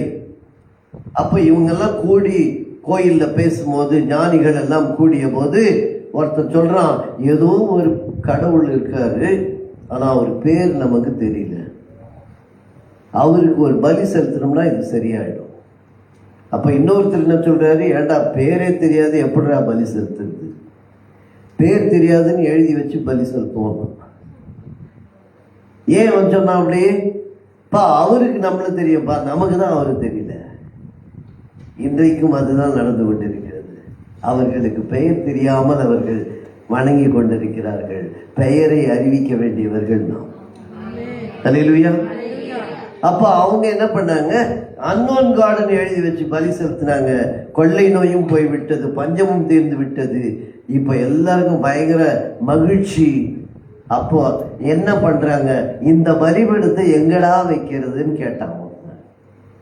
அப்போ அவங்க என்ன சொன்னாங்க, நம்ம கோயிலையே கொண்டு போய் வை. பலிபீடம் அங்கே இருக்கிறது, பலியானவர் நம்மிடத்தில் இருக்கிறார். ஹல்லேலூயா.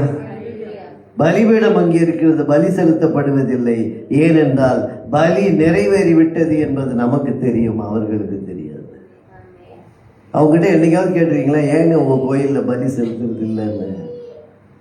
தெரியாது, அவங்களுக்கு தெரியாது. உண்மையாவே பலி நிறைவேறிவிட்டது என்று அவர்களுக்கு தெரியாது.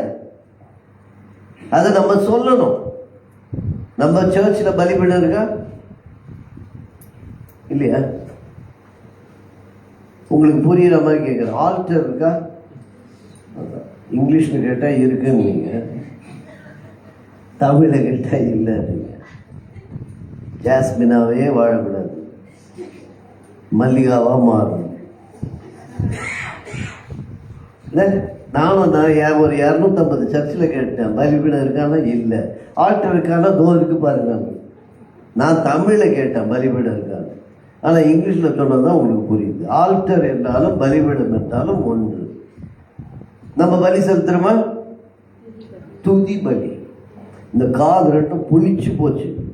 300 சபையில் கேட்ட எல்லாரும் அதை தான் சொல்றீங்க. நான் கேட்டது துதி பலி இல்லை. பலி செலுத்துறோமா இல்லையா? செலுத்துறோமா? பலி செலுத்துறோமா இல்லையா? No, yes, yes, no. ஏதாவது ஒன்று, ரெண்டையும் சேர்த்தாவது சொல்லுங்க, இல்லை ஏதாவது ஒன்று சொல்லுங்க. பலி செலுத்துகிறோம். என்னை நினைவு கூறும்படி இதை செய்யுங்கள் சொல்லி அப்பமும் திராட்சை ரசமும் வாங்குறமே, எதை நினைவு கூறும்படி? கிறிஸ்துமஸா? அவர் பலியானதை நினைவு கூறும்படி. இது அவர் பலியாகும் போது பிற்கப்பட்ட சரீரம், அதை வாங்கி பூசி.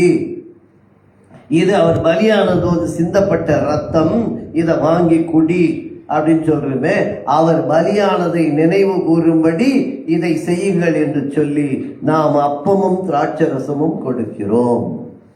அங்க பலிபீடத்துக்கு மேல பிரசாதம் கொடுப்பாங்க, தீர்த்தம் வச்சு கொடுப்பாங்க. அந்த பலிபீடத்திற்கு இப்பொழுது பெயர் அன்னம் பாலிக்கும் இடம். அது பேர் என்னது? அன்னம் பாலிக்கும் இடம். அது மேலதான் அவங்க புளியோதரை, சுண்டல், பொங்கல் எல்லாம் வச்சு கூட தீர்த்தம்னு சொல்லி கொடுப்பாங்க. பலி நிறைவேறி விட்டது என்பதை அதற்காக அவர்கள் பிரசாதமும் தீர்த்தமும் கொடுக்கிறார்கள். பலி நிறைவேறி விட்டது என்று நாம் அப்பமும் திராட்சரசமும் கொடுக்கிறோம். அவர்கள் அர்த்தம் தெரியாமல் செய்கிறார்கள், நாம் அர்த்தம் தெரிந்து செய்கிறோம். அப்ப நம்ம அவங்ககிட்ட சொல்லணும், இங்க இருக்க வேண்டிய பலிபீடம் அங்க இருக்குதுப்பா, அவரை அறிவிக்கவே நாங்கள் வந்தோம். அதனால பலிபீடத்தை எதுக்குன்னே தெரியாம, பலியானதும் தெரியாம அங்க கும்பிட்டு இருக்காத, இங்க வா, பலியானவர் யாருன்னு தெரியும். இதுதான் நற்செய்தி. இதை சொல்லுவதற்கு நம்ம என்ன பண்றோம்? ஏன்னா நமக்கு தெரியாது எப்படி பேசுறது, எப்படி சொல்றதுன்னு தெரியல. இதான் டயலாக், கான்வர்சேஷன். அந்த கான்வர்சேஷன் அவர்களுக்கு புரியும் வகையிலே நாம் சொல்ல வேண்டும். அதை சொல்ல தெரிகிறதா? அதுக்குதான் இதெல்லாம் படிக்கணும். எத்தனை முறை படிச்சிருப்பீங்க இந்த மாஸ் மேடை? அந்த பக்கமே நாங்கள் போக மாட்டோம்.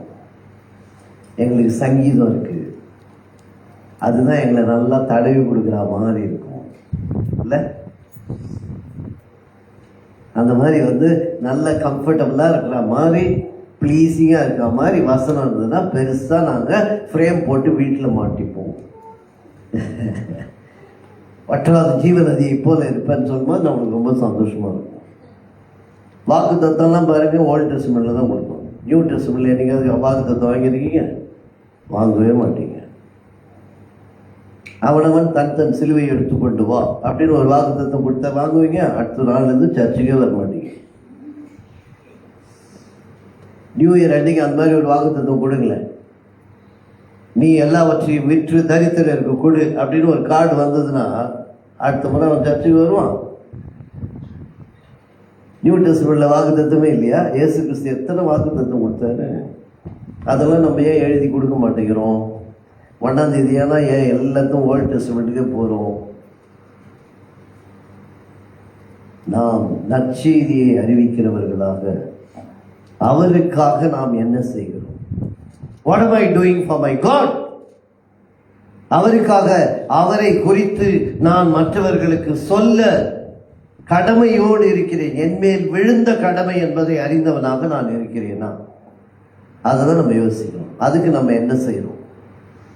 அதெல்லாம் நம்ம சிந்திப்பதே இல்லை.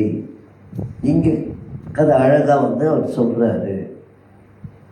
நம்ம முழுசா இதுவும் தெரியாது அதுவும் தெரியாது. அதான் பிரச்சனை இல்லை? பைபிள் படிச்சா தூக்கம் வரும். என்ன இப்படி சொல்லிட்டாரு?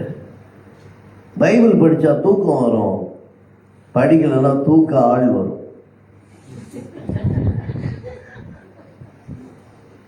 அதனால ஒழுங்கா படிங்க. தியானிப்பது வேறு, கதை புக் மாதிரி படிக்கக்கூடாது. இந்த வசனங்களிலேயே அடுத்து ஒரு வசனம் வரும் பாருங்க. நாம் அவருக்குள் அசைகிறோம், இருக்கிறோம். படிங்க. அப்போஸ்தலர் 17ஆம் அதிகாரம் 24. படிங்க. பிழைக்கிறோம், அசைகிறோம், இருக்கிறோம்.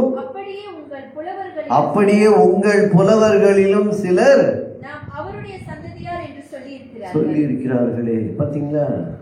கிரேக்க புலவர்களுடைய பாடல்களை எல்லாம் அவர் படிச்சதுனால தான் அங்க ரெஃபர் பண்றாரு. அவங்க கோயிலுக்குள்ள போனதுனால தான் அந்த கோயிலை ரெஃபர் பண்றாரு. நம்ம என்ன பண்ண மாட்டேங்கிறோம்? கோயிலுக்குள்ளேயும் போறது இல்லை. அவங்களுடைய பாடல்கள், அவங்களுடைய இலக்கியங்கள், அவங்களுடைய அதெல்லாம் நம்ம பாதிக்கிறதும் இல்லை. அதுக்கு தான் நம்ம எல்லாத்தையுமே படிக்கணும்னு சொல்றது. நோயாலே மடிந்திட்டான் புத்தன் கண்டீர், அந்தணனாம் சங்கராச்சாரியானும் மாண்டான், அதற்கடுத்து ராமானுஜனும் போனான், தீயதொரு கணையாலே கண்ணன் மாண்டான், பார்போற்றும் ராமனுமே ஆற்றில் விழுந்தான். ஒரு பெரிய லிஸ்ட் கொடுக்குறாரு, எந்த கடவுள்லாம் செத்து போச்சு. முதல்ல யார் சொல்றாரு? நோயில தான் புத்தர் செத்து போயிட்டாரு. நீங்க சங்கராச்சாரியாருன்னு சொல்றீங்களே, அவரும் போயிட்டாரு. ராமானுஜர்னு சொல்றீங்களே, அவரும் போயிட்டாரு. மகாபாரத கடைசியில கிருஷ்ணனுக்கு காலில் ஒரு அம்பு குத்துச்சு, அதனால தீயதொரு கணையாலே கண்ணனும் மாண்டான். ராமாயணத்து கடைசியில ராமரை ஆத்துல அடிச்சுட்டு போயிடுறாரு. அதனாலதான் பார்போற்றும் ராமனுமே ஆற்றில் விழுந்தான் அப்படின்னு ஒரு பாடலை ஒரு மிகப்பெரிய ஒரு கவிஞர் அதை எழுதுறாரு. எழுதி முடிச்சுட்டு இன்னொரு கவிதை எழுதுறாரு. அந்த கவிதையில ஈசன் சிலுவையில் மாண்டான், எழுந்து உயிர்த்தனன் நாளொரு மூன்றில், நேசமாமரியா மகதலேனா நேரிலே இந்த செய்தியை கண்டாள். புரியுதா? ஈசன் சிலுவையில் மாண்டான், எழுந்து உயிர்த்தனன் நாளொரு மூணாவது நாள் ஒரு உயிர்த்தெழுந்தார். நேச மாமரியா மகதலேனா, அவர் மேல் அதிக நேசம் கொண்டிருந்த அந்த மகதலேனா மரியாள் நேரிலே இந்த செய்தியை கண்டாள்னு எழுதுறாரு. யார் எழுதுந்து தெரியாது, நமக்கு அதுவும் தெரியாது இதுவும் தெரியாது. அதுதான் பிரச்சனை. மகாகவி சுப்பிரமணிய பாரதியார் எழுதுவார். தெரியுமா நமக்கு? ஓடி விளையாடு பாப்பாக்கு மேல நம்ம எதையுமே படிக்க மாட்டோம், இதையும் படிக்கணும். பாரதியார் எழுதின பாட்டு உங்கள் புலவர்களிலும் சொல்லி இருக்கிறார்களே அப்படின்னு சொல்லணும். 1ஆம் நூற்றாண்டில் ஆங்கிலோ சாக்சன் என்ற மலை ஜாதி பழங்குடியினர் இங்கிலாந்து தேசத்தில் குகைகளில் வாழ்ந்து கொண்டிருந்தார்கள். தங்கள் முகங்களில் வர்ணம் பூசிக் கொண்டிருந்தார்கள். 1ஆம் நூற்றாண்டில அந்த மலை ஜாதி பழங்குடியினராக இருந்த ஆங்கிலோ சாக்சன் மக்கள் இங்கிலாந்து தேசத்தில் மலையில குகையில் உள்ள முகத்திலெல்லாம் வர்ணம் பூசிக்கொண்டு வாழ்ந்து கொண்டிருந்த காலகட்டத்தில் இந்தியாவில் வாழ்ந்த கிறித்தவர்கள் 30 லட்சம் பேர். அப்போ 1ஆம் நூற்றாண்டில் முதல் அறிவிக்கப்பட்ட கடவுள் இயேசு கிறிஸ்து. அந்த தோமா மூலமாக அறிவிக்கப்பட்ட அந்த இயேசு கிறிஸ்து தான் இப்படியெல்லாம் இங்கெல்லாம். அதுக்கு அப்புறம் தான் இங்கே இந்து மதமே இங்கெல்லாம் எப்போ வந்தது? 6ஆம் 7ஆம் நூற்றாண்டுக்கு அப்புறம் தான் வந்தது. 1ஆம் நூற்றாண்டிலே முதல் அறிவிக்கப்பட்ட கடவுள் நம்முடைய கடவுள் இயேசு கிறிஸ்து. அந்த 1ஆம் நூற்றாண்டில 30 லட்சம் பேர் நாம் இருந்தோம் என்பதை சொல்றவர் யாரு? தெரியாது. விவேகானந்தர் சொல்றார். நம்ம ஸ்காலர்ஸ் சொல்ல, கிறிஸ்டியன் ஸ்காலர்ஸ் சொல்ல. சுவாமி விவேகானந்தர் அவருடைய நூலில் ஞான தீபம் என்கின்ற நூல் 1ஆம் பாகம் பக்கம் 409 தைரியமா சொல்லலாம் அவங்ககிட்ட. 409 பேஜ் நம்பர் 409 ஃபர்ஸ்ட் பார்ட். அது சீரீஸ். அதுல முதல் பாகம். அந்த புத்தகத்தின் தலைப்பு ஞான தீபம். எழுதியவர் சுவாமி விவேகானந்தர். அவரே சொல்றாரு, ஃபர்ஸ்ட் செஞ்சுரியில நம்மலாம் யாரு? மெஜாரிட்டியா மைனாரிட்டியா? மெஜாரிட்டி. 30 lakhs 30 மில்லியன்னா என்ன அர்த்தம்? நாமெல்லாம் மெஜாரிட்டி. இப்ப நம்மலாம் யாரு? வெக்கமா இல்லை நமக்கு? மைனாரிட்டின்னு சொல்றதுல பெருமையா, மெஜாரிட்டின்னு சொல்றதுல பெருமையா? மெஜாரிட்டி. ஏன் நம்ம மெஜாரிட்டி ஆகல? மெஜாரிட்டியா இருந்து மைனாரிட்டி ஆயிட்டோம். ஏன்னா நமக்கு எதுக்கு வம்புன்னு வந்தோமா, காணிக்கை போட்டோமா, வீட்டுக்கு போய் பிரியாணி சாப்பிட்டோமா இருந்துட்டோம். அதனால நம்ம என்ன ஆயிட்டோம்? மைனாரிட்டியாவே ஆயிட்டோம். அறுப்போம் மிகுதி வேலையாட்களோ. எத்தனை வருஷமா சொல்றோம் இதை? 2000 வருஷமா சொல்லிட்டு இருக்கோம். ஆண்டு வரை கேட்க மாட்டாரு. ஏன் இதையே 2000 வருஷமா சொல்லிட்டு இருப்பீங்க? வேலையாட்கள் குறைவு, வேலையாட்கள் குறைவு. ஏன் வாய நீதான் குறைவுன்றத இப்ப நாங்க குறைவா இல்லை ஆண்டவரேன்னு சொல்ல முடியலையே. இன்னும் அதே வசனத்தையே சொல்லிட்டு இருக்கோமே. பைபிள்ல இருந்து அந்த வசனமே தூக்கி இருக்க வேணாம். வேலையாட்கள் குறைவு, வேலையாட்கள் குறைவு. ஏனென்றால் நாம் ஆசீர்வாதமான வாழ்வை பெற்றுக்கொள்ள வேண்டும் என்றால் ஆசீர்வாதத்தின் சாவி நற்செய்தி. ஹல்லேலூயா. ஆத்துமாக்களை அறுவடை செய்ய செய்ய செய்ய ஆன்மாக்களை நீங்கள் அங்கே கொண்டு வர பரலோகத்துல என்ன வருமா? மிகுந்த சந்தோஷம் உண்டாகும். மிகுந்த சந்தோஷம் உண்டாகும் போது தான் அங்கிருந்து பரத்திலிருந்து எல்லா வரமும் நமக்கு வந்து சேரும். ஆகையால் நாம் என்ன செய்து கொண்டிருக்கிறோம்? அதுதான் நம்முடைய கேள்வி. கூவி அழையுங்கோ, கூப்பிட்டு சொல்லுங்கோ, ஆவியுள்ள நாளெல்லாம் ஆர்ப்பரித்து பாவிகாள் கல்லோ தொழுகிறீர், கர்த்தா ஒருவரை அல்லோ தொழுவது அடுக்கும். எவ்வளவு அழகா இருக்கு பாட்டு. கூவி அழையுங்கோ, புரியுதா? எல்லாரையும் கூவி அழையுங்க. அதோட வாய மூடின்னு வந்துடக்கூடாது. கூப்பிட்டு சொல்லுங்க. ஆவியுள்ள நாள் எல்லாம், என் உடம்புல உயிர் இருக்க நாள் வரைக்கும் கல்லோ தொழுகிறீர், கல்லையாப்பா தொழுதுட்டு இருக்கீங்க, கர்த்தா ஒருவரை அல்லோ தொழுவது அடுக்கும். என்ன அழகா சொல்றாங்க பாரு. யார் பாடுறது தெரியாது. இது ஔவையார் பாடிய பாடு. போதாமல் ஒரு நாளும் இருக்க வேண்டாம். அதுக்கு மேல நம்ம தாண்டவே மாட்டோம். இதெல்லாம் படிக்கணும். இதெல்லாம் தெரிஞ்சாதான் நம்ம அவங்ககிட்ட உங்கள் புலவர்களிலும் இப்படி சொல்லி இருக்கிறார்களே என்று சொல்ல முடியும். ஒரே ஒரு வசனத்தை சொல்லி நான் முடிக்கிறேன். எசேக்கியேல் 3ஆம் அதிகாரம் 18ஆம் வசனம்.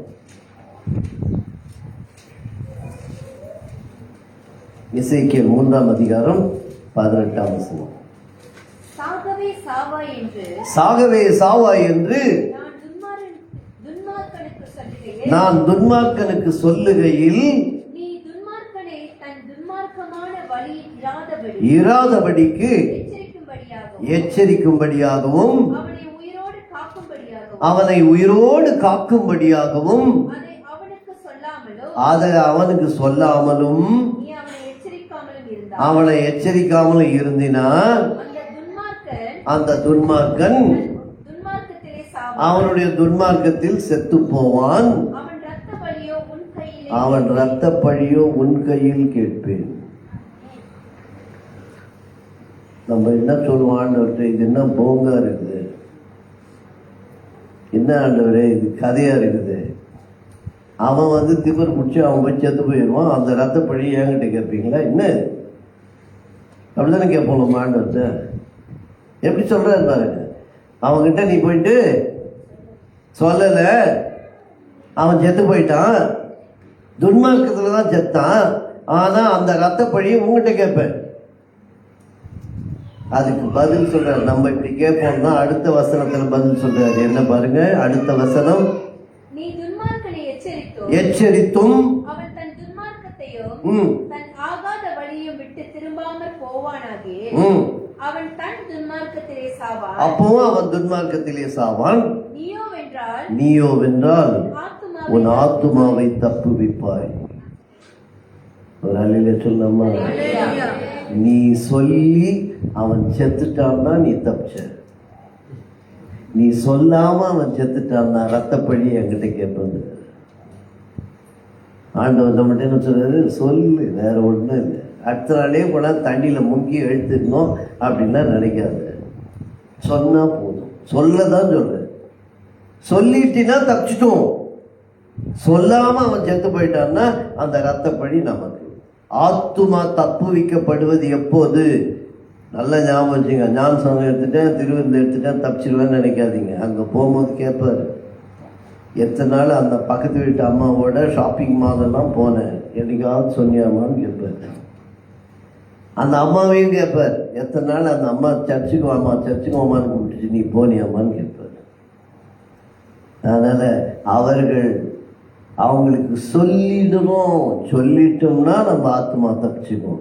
சொல்லாம அவன் செத்துட்டான்னா என்னுடைய கையிலே இரத்தப்பழி. அந்த இரத்தப்பழிக்கு ஆளாகாமல் நாம் அவர்களுக்கு சொல்ல வேண்டும்.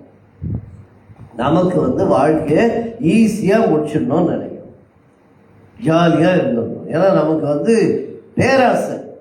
ஜீசஸ் கிட்ட வந்துட்டேன், எனக்கு எல்லாம் கிடைச்சிடும், இது கிடைச்சிடும், அது கிடைச்சிடும். பேராசையிலேயே வாழும். ஆசை வேற, பேராசை வேற. ஆசைக்கும் பேராசைக்கு என்ன வித்தியாசம்? ஆசைக்கும் பேராசைக்கும் என்ன வித்தியாசம் தெரியலையா? நான் ஒரு கதை சொல்றேன் பாருங்க. ஒரு பணக்கார வீட்டில் ஒரு நாய் இருக்கு. அந்த நாய் ஒரு நாள் வாக்கிங் வருது. ஏழை வீட்டு நாய் எதிரில் வருது. உடனே இந்த நாய் அந்த நாய்கிட்ட சொல்லுச்சு, எங்கள் வீட்டுக்கு வந்துடு, நல்லா சாப்பிட்லாம், சைனீஸ் ஃபுட்லேருந்து மலாய் ஃபுட் வரைக்கும் கிடைக்கும், அங்கே வந்துடு. நான் வரமாட்டேன். ஏய் வெக்கமா இல்லை, வாங்க, எவ்வளோ நாள் இதையே சாப்பிட்டு இருப்பேன், மீந்ததெல்லாம் போடுறாங்க, அங்கே பார் சூப்பராக இருக்கும். இல்லை நான் வரமாட்டேன். ஏன் வரமாட்டேன்? அப்போ அந்த ஏழை வீட்டு நாய் சொல்லுச்சு, என் முதலாளிக்கு ஒரு பொண்ணு இருக்குது, அந்த பொண்ணு ஒரு பையனை விரும்புது. என் முதலாளி அதுகிட்ட ஒரு நாள் சொன்னாரு,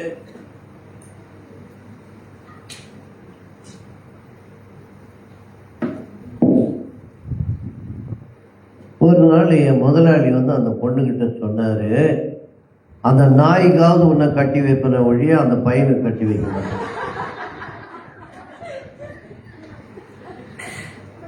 அதனால நான் வெயிட் பண்றேன், ஒருவேளை அது நடந்தாலும் நடக்கும். அந்த பையனை அந்த பொண்ணு ஆசைப்பட்டது, அது ஆசை. இந்த நாய் கட்டிக்கணும்னு வச்சது அதான் பேராசை. நம்முடைய பிரேயர்ஸ் எல்லாமே பேராசையா இருக்குது. அதுல இருந்து நம்ம வெளியே வரணும். நான் ஆண்டவருக்காக என்ன செய்ய எவ்வளவு you are all blessed people. Each and every day we are blessed. ஒரு நாள்ல ஒவ்வொரு நொடி பொழுதும் நாம் ஆசீர்வதிக்கப்பட்டவர்களாக இருக்கிறோம்.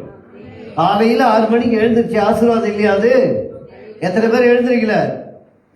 8 மணிக்கு நம்ம பிரேக்ஃபாஸ்ட் சாப்பிடுறோமே, அது ஆசீர்வாதம் இல்லையா? லஞ்ச் டைமுக்கு கரெக்டா சாப்பிடுறிய, அது ஆசீர்வாதம் இல்லையா? எல்லாமே ஆசீர்வாதம். தனியா போய் தேடாது. ஏசு கிறிஸ்து ஆசீர்வாதமா இல்லையா? அவர் எங்க இருக்காரு? அப்ப ஆசீர்வாதம் எங்க இருக்கு? அப்புறம் ஏன் அதை வெளியே போய் தேடுற? We are all blessed. காலையில் எழுந்திருக்கேன். இன்னைக்கு கூட நான் அங்க பினாங்கில இருந்து வரணும்.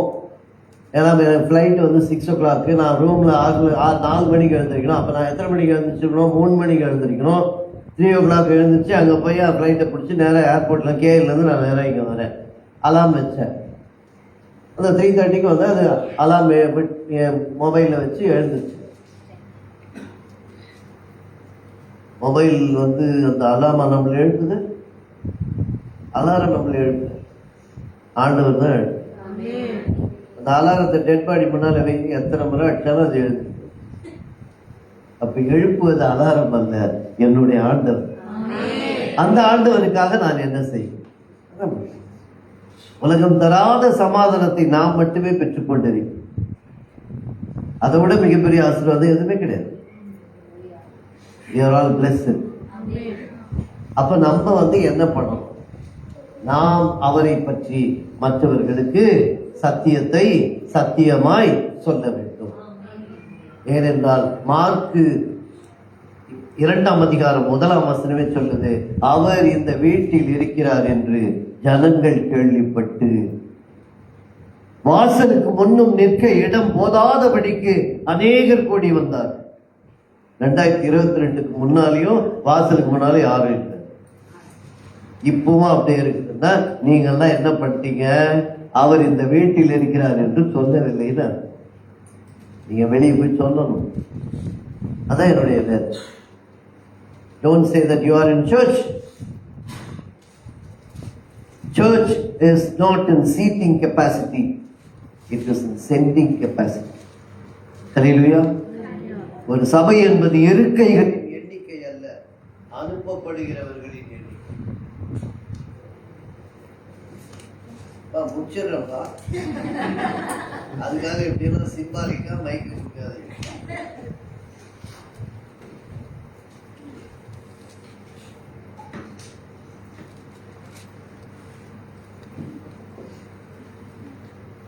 green light எரியுது. சரி,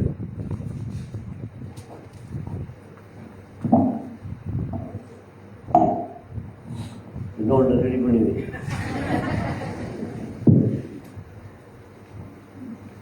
So church is not in seating capacity, it is in sending capacity. இருக்கிறவர்களின் இருக்கைகளின் எண்ணிக்கை அல்ல, அனுப்பப்படுகிறவர்களின் எண்ணிக்கை. அதுதான் சபை. நம்மலாம் என்ன பண்ணணும்? we are all called out community. எக்லேசியா, சர்ச்சுக்கு சொல்ற வேர்டே வந்து எக்லேசியானா என்ன தெரியுமா? we are all called out community. Compound wall உள்ள உட்கார்றதில்லை. இங்கே we gather and we worship as we know the true and only God. அதுக்கு நம்ம எல்லாரும் ஒண்ணா கூடுறோம். அது fellowship. Search is a fellowship. ஆனா அது கிடையாது. நான் அவரை குறித்து வெளியே சொல்லணும். இந்த ஃபெலோஷிப் பெருசாகணும். பெருசாக ஆக ஆக ஆக நான் வெளியே சென்று அவருக்கு சொல்லணும். அதுதான் முக்கியம். சர்ச்சுடைய ஸ்பெல்லிங் என்ன சொல்லுங்க? இவர் எவ்வளோ திமிர் பார். சர்ச் ஸ்பெல்லிங் கூட எங்களுக்கு தெரியாது. சர்ச் ஸ்பெல்லிங் நம்ம CHR, முதல்ல CH அப்புறம் CH, நடுவில் அந்த UR எடுத்துருங்க. இப்போ என்னது?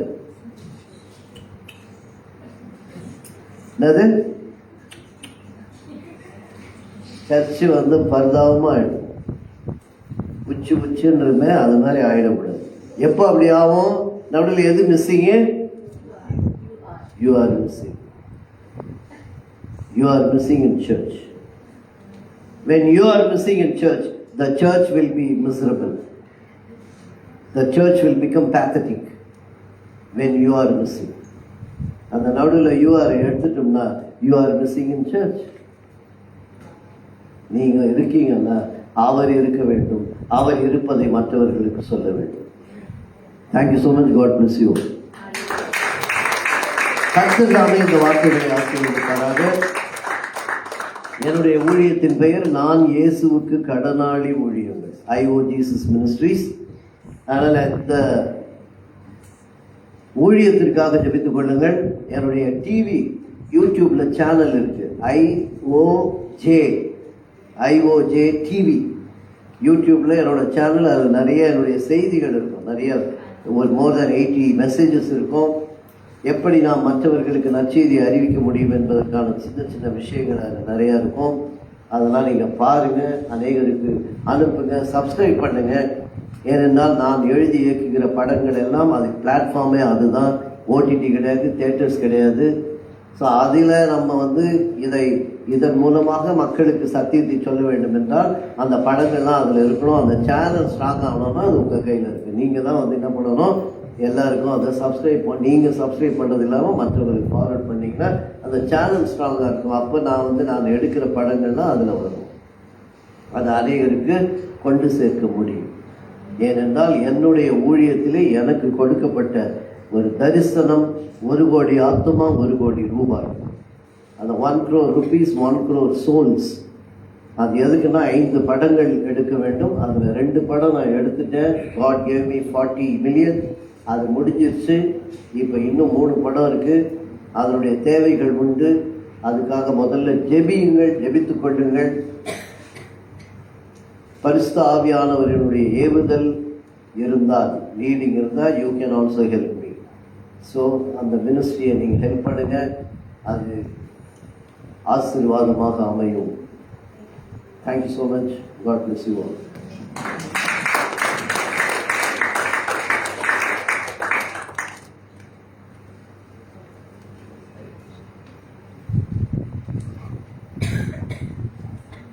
இதுவே பிரயோஜனமாக இருந்தது. கற்றுக்கொள்ளுவோம், கற்றுக் கொடுப்போம். ஆமென். சரி, இப்போ நம்ம என்ன செய்ய போகிறோம் அப்படின்னா, நமக்காக பலியான இயேசு கிறிஸ்து இந்த இடத்துல நம்ம வந்து பிரசாதமும் தீர்க்கமும் நடக்க போகிறோம். புரியுதுங்களா? வாசகர் தெளிவாக சொன்னார் இல்லையா? அவங்க அது தெரியாமல் செய்கிறாங்க, இப்போ தெரிஞ்சு செய்யறாங்க. தெரியாமல் செய்கிறவர்களுக்கு நம்ம தெரிவிக்கணும். ஆமென். அல்லேலூயா. சரி, ஆயத்தமாக இருங்க.